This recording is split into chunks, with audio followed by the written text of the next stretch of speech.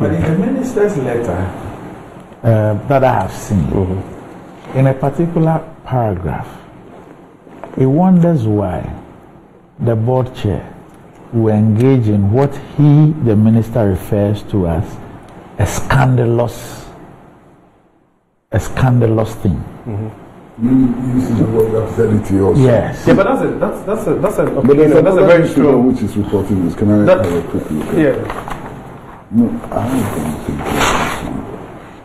Randy, my point is that it's an opinion, it's a strong opinion that has been expressed by the minister. And I'm saying that regardless of what the minister has said, right, if there's a certain establishment of some wrongdoing, of course, I mean, the appointing authority will make those decisions. As I speak, but if you agree, I'm coming from yes. I'm coming from a standpoint that if the minister that is responsible for supervising that particular sector, right, has done his job, has been able to get to the bottom of some of these things and has made these pronouncements, it needs some kind of thorough investigation.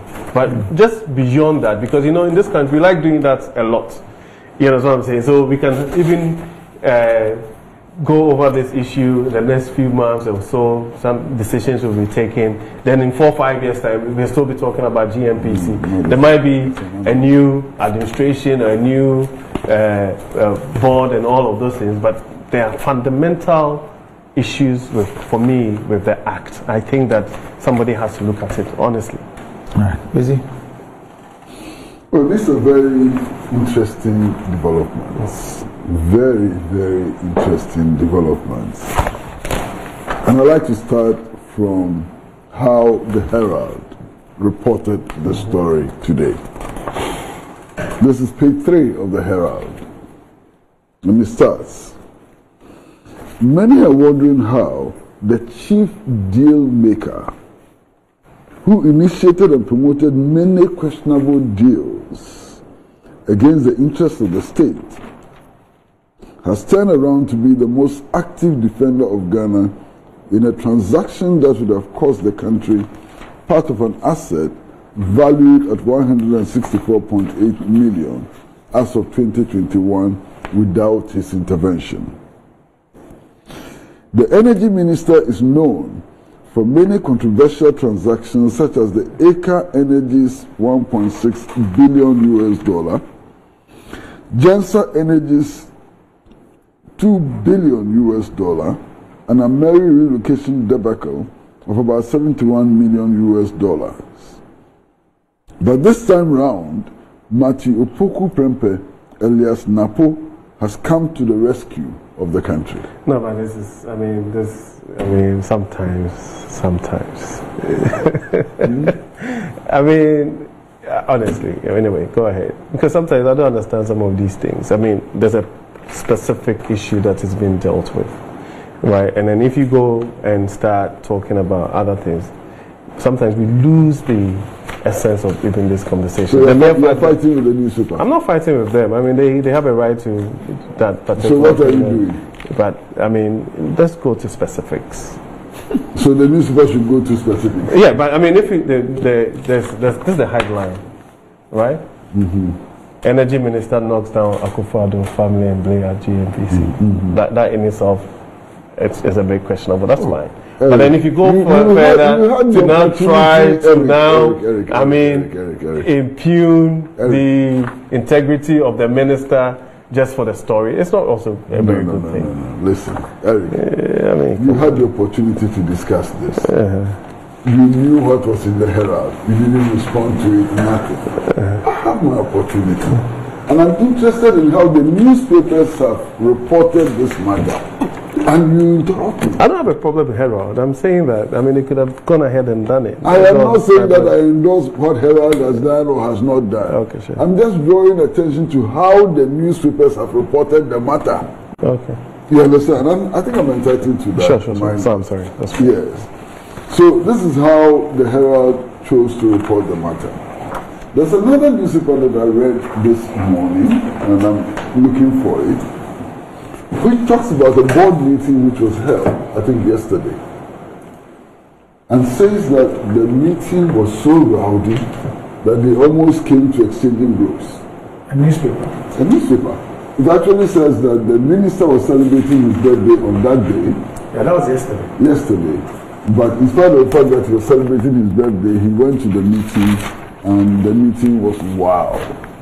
You understand? So it's interesting how the media is reporting this matter.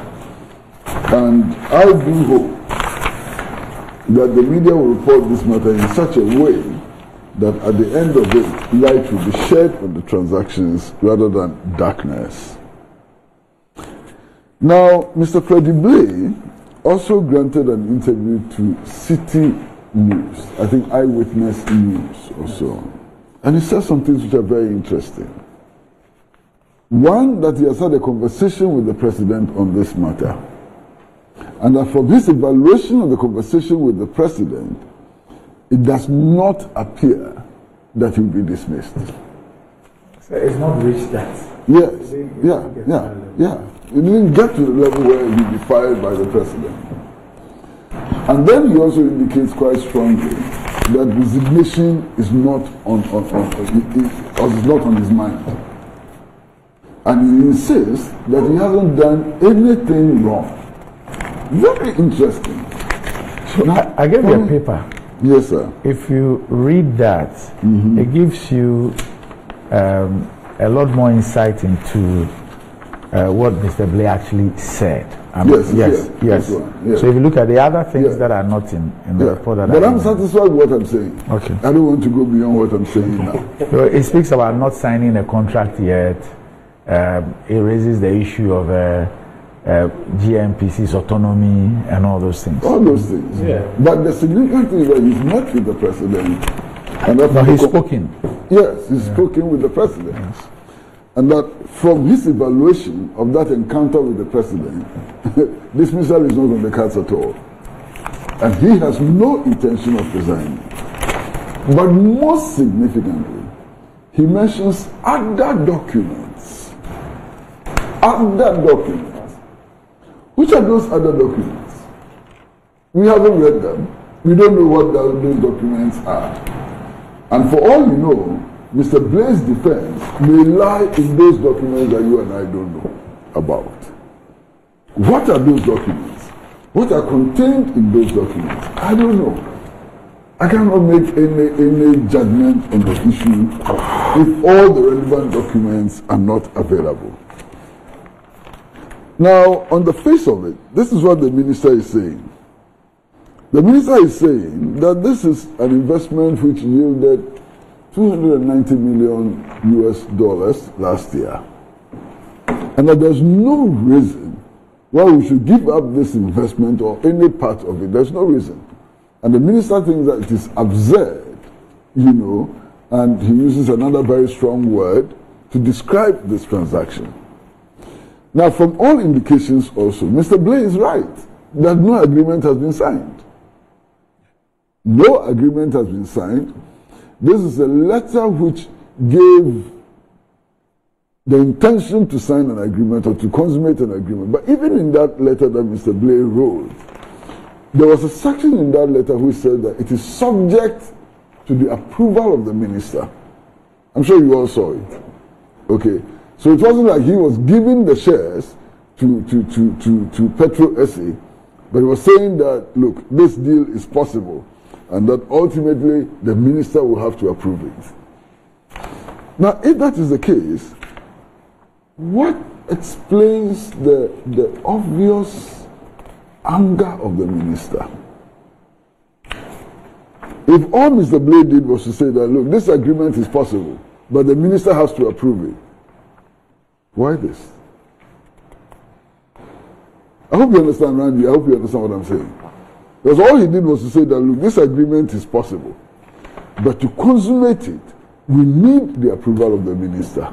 Why didn't the minister just disapprove the agreement? Because that agreement was eventually going to go to him. Why didn't he just disapprove it? And then all of this would not have been necessary. So I'm sitting here and I'm wondering, what is it that we don't know? How much do we know and how much don't we know?